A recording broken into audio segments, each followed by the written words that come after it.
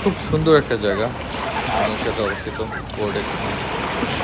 এটা কুয়ালালামপুরের থেকে যেতে 1 ঘন্টা প্লাস এরকম লাগে গ্রাব কারে। আর খুবই সুন্দর একটা জায়গা, না গেলে বোঝা যায় না।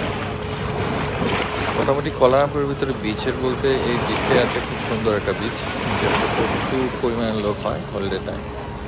নর্মাল ডেতে মোটামুটি হয়, বাট হলিডে টাইম তো সবচেয়ে বেশি হয়, প্রত্যেকটা হোটেল বুক হয়ে যায়। আর নর্মালি যারা যেতে চান আগে থেকে হোটেল বুক করে যাবেন যদি হলিডের সময় যেতে চান, নাহলে রুম পাওয়া খুবই মুশকিল হয়ে যাবে।